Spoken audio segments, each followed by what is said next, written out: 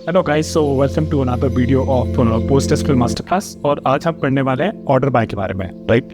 तो हमको याद होगा कि जब हम ऐसे रन करते थे select right star from customer, जब हम ऐसे कोई क्वेरी को रन करते हैं, राइट, तो ये जो डेटा आता है ना हमारे पास, इसका कोई ऑर्डर नहीं होता। आप कभी भी इस किस ऑर्डर में ये एंट्रीज आ रही है, एक रो आ रही है, इसका ऑर्डर आप कभी बता नहीं सकते कि किस वे में आ रहा है। It's very random. So that's why we say कि सेलेक्ट स्टेटमेंट जो रोज को रिटर्न करती है उसका कोई ऑर्डर नहीं होता। It's an unspecified order. Now order by clause is actually that is something we can use with select statement. जो रोज जो रिजल्ट के होते हैं उसे असेंडिंग या डिसेंडिंग ऑर्डर में वो सॉर्ट कर देता है रोज को, based on some sort expression और based on some column name की। हम बोल रहे हैं कि कॉलम नेम में अगर नेम है तो नेम के सॉर्ट ऑर्डर में, या फिर वैसा जब हम करना हो तो we can use order by. So the syntax देख लेते हैं। The syntax looks like this: select list from table name, this you already know, and now we can add this order by, and this sort expression can either consist of column or some expression, right? Or we can specify this as S or desk, either one of them. By default it's S, or otherwise if we specify desk then it's like in the descending order. ASC is the ascending order, and we can apply it on multiple columns as well. We'll see it, what does it imply, right? So sort expression हमारे क्या हो सकता है, column हो सकती है या expression हो सकता है, right? And ASC by default which you already decide कि ascending by default होता है। इवैल्यूएशन ऑर्डर इसका क्या है, फ्रॉम पहले होता है लाइक कि हमें कौन सी टेबल से डेटा सेलेक्ट करना है। फिर सेलेक्ट में क्या करते हैं हम कि जो टेबल हमने चुन ली उसमें से कौन कौन से कॉलम सेलेक्ट करना है। अब वो जो रिजल्ट सेट है हमारा, जो रोज है, उसमें जब हम ऑर्डर बाय लगा देते हैं कोई कॉलम पे, राइट, तो उसके हिसाब से वो रोज भी उस ऑर्डर में सॉर्ट हो जाता है। Again we look at our customer table. If you remember, like हमारे पास हमारा डीवीडी रेंटल डेटाबेस था, उसमें कस्टमर टेबल है, उस पर हम काम करेंगे। तो पहले हम क्या करते हैं, हम ये क्या करेंगे, इस बार ना ऑर्डर बाय करेंगे फर्स्ट नेम के ऑर्डर से, फर्स्ट नेम के नाम से सॉर्ट करेंगे in ascending order. So let's do this guys. So let me select first name, last name from customer, and now we have to add is order by first name ascending order. अब देखना जो नाम है ना, first name Aaron AD, this is in the ascending order, basically sort हो गया। अब वो alphabet A B C and so on and so forth, right? So this is what order by helps us.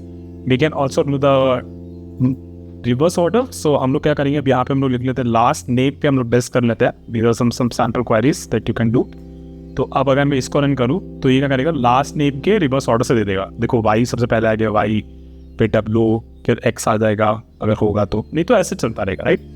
और अगर अब हम इन दो column में लगाए, राइट, तो दो कॉलम में लगाने का मतलब क्या होता है, इसका मतलब ये होता है कि if I apply this, right, order by first name and this will be an ascending order, and then I have to put a comma and then last name desk, right?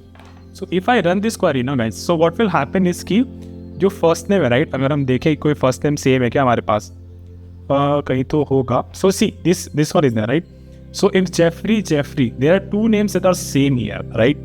Jeffrey। तो अगर ऐसे तो by default first name के ascending order में होगा, right, ascending order में होगा। लेकिन अगर दो एंट्रीज सेम हो गई, राइट, दो एंट्रीज जेफरी अगर सेम हो गई, तो इसमें इन दोनों रोज के केस में it will be shown in the reverse of last name, right. So P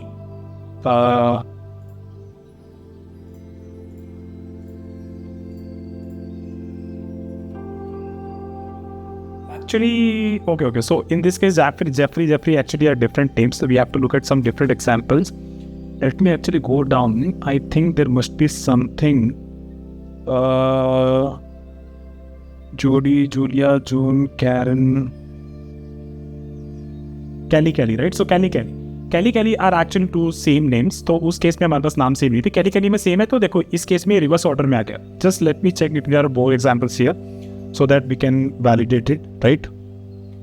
और भी है क्या ना, लेस्ली एंड लेस्ली, यस। सो इस केस में भी देखो S पहले आया, G पहले आ गया, राइट। सो बेसिकली ऐसे तो फर्स्ट नेम के असेंडिंग ऑर्डर में रहा वो, लेकिन जैसे ही दो नाम सेम आए ना, तो उस केस में क्या हुआ, उन दोनों एंट्रीज में या फिर मल्टीपल ऐसे सेम एंट्रीज में वो सारे रोज उसके लास्ट नेम के रिवर्स ऑर्डर में आ जाएंगे। ये मैं कहना चाहता था। तो इस काम का इसका मतलब है अगर मल्टीपल कॉलम्स होगा तो वो इस तरीके से काम करता है, right. If multiple first names are same which we discussed earlier then the entries appears in descending order for them. You can also do something like this, like एक ये अच्छी क्वेरी इसको रन करके देख लेते हैं। तो बेसिकली आप मैं क्या करूँगा, लेंथ के हिसाब से हम उसे सॉर्ट कर देंगे कि फर्स्ट नेम का लेंथ जितना है ना, और उसके लिए हम ये लेंथ यूज़ कर सकते हैं, PostgreSQL में अवेलेबल होता है, right. This will count the number of characters that then the first name, और ये हमारा एलियास हो गया, right. You can either write this as, लेकिन हम इसको एमिट कर देते हैं just for the sake of simplicity. और friend, customer and order by, right, and len का डिसेंडिंग ऑर्डर, यानी कि बढ़ते से कम जा रहा हुआ। तो सबसे पहले जो सबसे छोटा फर्स्ट नेम है वो आ जाएगा, और सॉरी डिस्क है ना, तो सबसे बड़ा नेम है वो आ जाएगा, and then so on and so forth. So guys हमने यहाँ पे क्या किया ना, हमने देखो यहाँ पे ये ऑर्डर बाय लेन क्यों यूज़ कर पाया, राइट। क्योंकि अगर आप ऑर्डर ऑफ एक्सिक्यूशन देखो तो पहले फ्रॉम यूज़ करते हैं, फिर सेलेक्ट यूज़ करते हैं, फिर ऑर्डर बाय यूज़ करते हैं। तो सेलेक्ट में हमने बोल दिया कि भैया ये जो कॉलम थी ना, अब इसका ये जो हम बना रहे हैं ना, इसको हम ये कॉलम नाम दे रहे हैं, इसीलिए ऑर्डर बाय को लेन मिल गया, right. That's why, because order of execution order by comes the last. So this is what I wanted to speak about. And since order by gets valued first after select, it can use the alias name which is the len here. null क्या होता है? null basically एक marker होता है जो ये indicate करता है कि आपके जैसे यहाँ पे ये फर्स्ट नेम क्रिस्टोफर है, राइट। तो आप इसे कह सकते हैं कि अगर एंट्री नहीं है तो इसको एम्प्टी भी कर दो।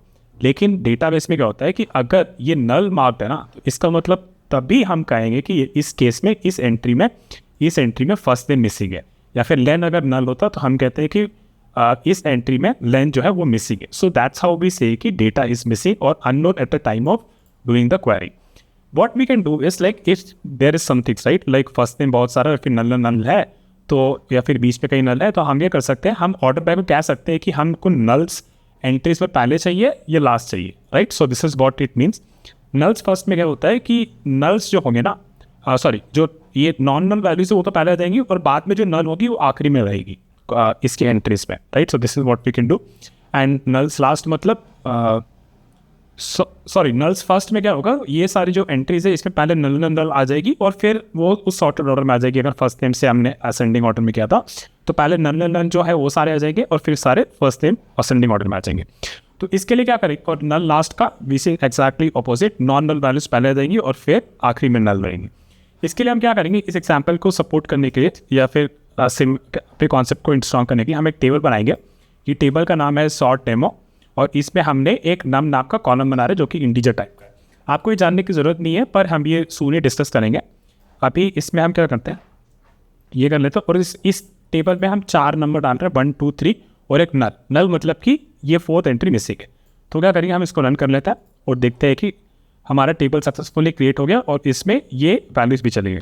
अब हम क्या करते हैं, हम ये टेबल में एक बार चेक कर लेते हैं कि वो सारे वैल्यूज है कि नहीं। Select star, right, select star from, और हमारा टेबल था सॉर्ट डेमो, राइट।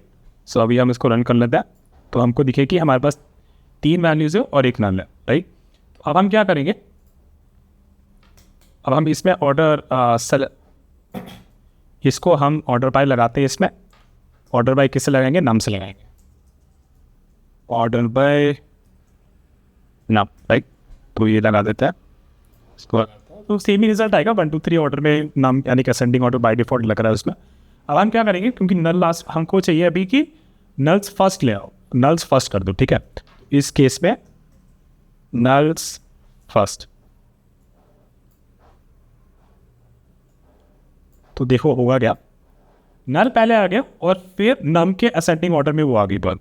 और अगर हम यहाँ पे डेस्क लगा देते हैं तो होता क्या कि नल फर्स्ट आ जाता, नल पहले आ जाते, नल वाली वैल्यूज पहले आती, और बाकी सारा फिर डिसेंडिंग ऑर्डर में आता, 3 2 1, नल 3 2 1 आएगा इसका, राइट। इस तरीके से नल फर्स्ट और नल लास्ट काम करता है। अगर असेंडिंग ऑप्शन लगाया हमने, असेंडिंग ऑप्शन लगाया कॉलम में, तो वो बाय डिफॉल्ट नल्स लास्ट लेता है, मतलब 1 2 3 दिखाएगा फिर नल ले लेगा। और अगर हमने डिसेंडिंग लगाया है तो डिसेंडिंग में क्या होगा, नल्स फर्स्ट आ जाएगा, और फिर ऐसे डिफ़ॉल्ट केस में नल्स फर्स्ट आ जाएगा और फिर 3 2 1 ऐसे आ जाएगा, राइट। तो ये सारे ये इतना इंपॉर्टेंट नहीं है, पर नल वाला एक पार्ट याद रखना कि नल्स फर्स्ट और नल लास्ट हम something that is we can use with order by. Right PSQL में हम basically null is represented as empty string there we should run this command to set the null as to be display as null right. तो होगा क्या कि जब PSQL में हम कोई क्वेरी रन कर रहे होंगे तो नल वहाँ पे एम्प्टी वैल्यूज आता है, ऐसा नल नहीं आता, स्ट्रिंग आता है राइट। तो अगर हम ऐसा कर देंगे pset नल नल तो बाय डिफॉल्ट वो null will be represented as a string null. We won't do this, but we'll do it sometime later. But this is the idea behind order by, right? So thank you guys. Hope you like it. I'll see you in the next video.